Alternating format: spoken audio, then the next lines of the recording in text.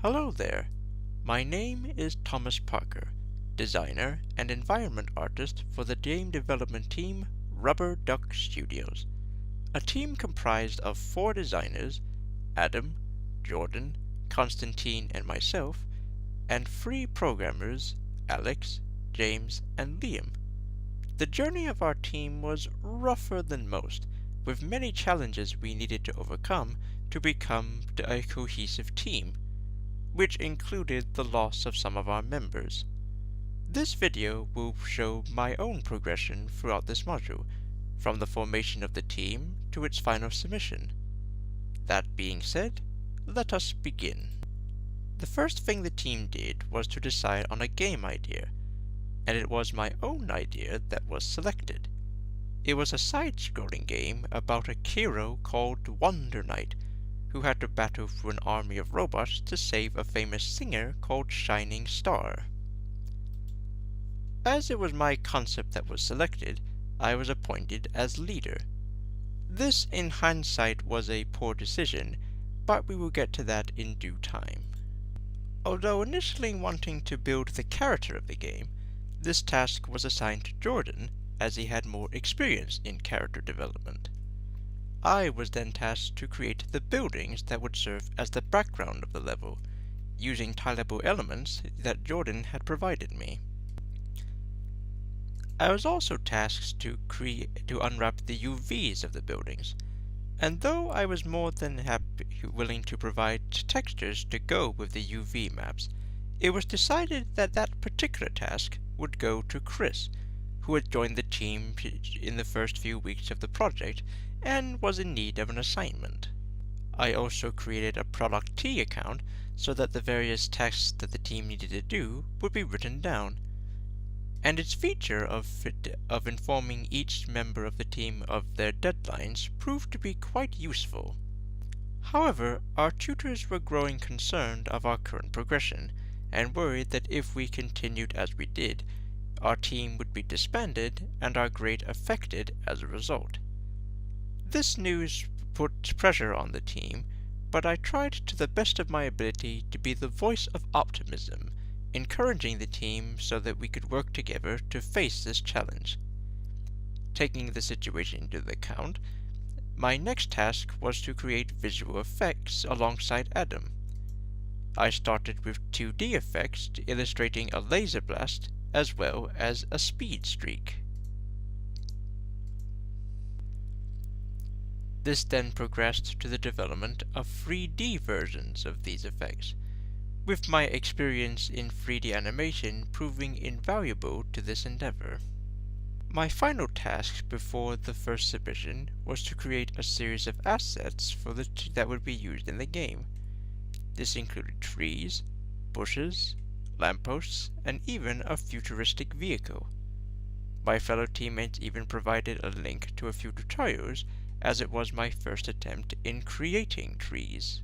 Each member put their best foot forward for the completion of the alpha, and while the tutors acknowledged that there were a few flaws in the design, the game was a mass improvement from the previous, and decided that the team would not be disbanded. They instead were going to fail us, as our current work did not even reach a passing grade. This revelation caused each of the members of the team to reflect on their work and acknowledge the areas they could have done better. For me, my leadership skills proved to be quite poor, for though I had the best intentions, my easygoing nature made making hard decisions difficult, not helped by the fact that my artistic nature affected certain skills a leader needs. I acknowledge that I have much to learn, and though the outcome at the time seemed grim, we had the opportunity to reflect on our flaws that would help us grow as a team. Unfortunately, not all of my teammates handled the situation as calmly as I did, with Jordan and Constantine being the most affected, which resulted in the two leaving the team. Chris also left due to financial reasons, and these losses made our current team project no longer feasible. The team was now down to 5 members, and the tutors had given us an opportunity to redeem ourselves. They advised us to devise a new game concept using the Unreal Engine. After much deliberation, the team decided on an apocalyptic survival game, with Alex as the new team leader, and myself being tasked with creating environmental assets. We first established a new Discord profile, and learning from our past errors, decided to have a singular tab so that we may discuss our work. It was also recommended that we chronicle our progress, a task that was in my case simplicity itself, as I would weekly report on my progression since the beginning of the project. We also established a new system of assigning roles with Trello, allowing us to not only prioritize certain tasks, but also creating a checklist to establish what needed doing in a specific task. Finally, each member of the team uploaded their work through GitHub, with Liam serving as the administrator. Each of us was given an individual branch to upload our completed work, and Liam would merge the branches on a regular basis, so that we would always have access to the latest version of our game. While I do have issues in terms of leadership skills, I have far more reliable skills as a designer, and I took to my new position within the team in stride. Adam and I made a list of assets that we would need for the new game, and we each selected models to work on. The work allowed me to practice my pre-established 3D modeling skills, as well as try out a few new ones based upon advice given to me by the Polycount community. For the beta build, I was assigned to create the layout of the level using a development kit to illustrate what the level game would look like.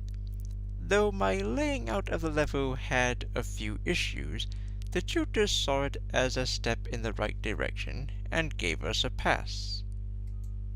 The prospect of no longer failing the module raised the morale of the team and inspired us to work even harder.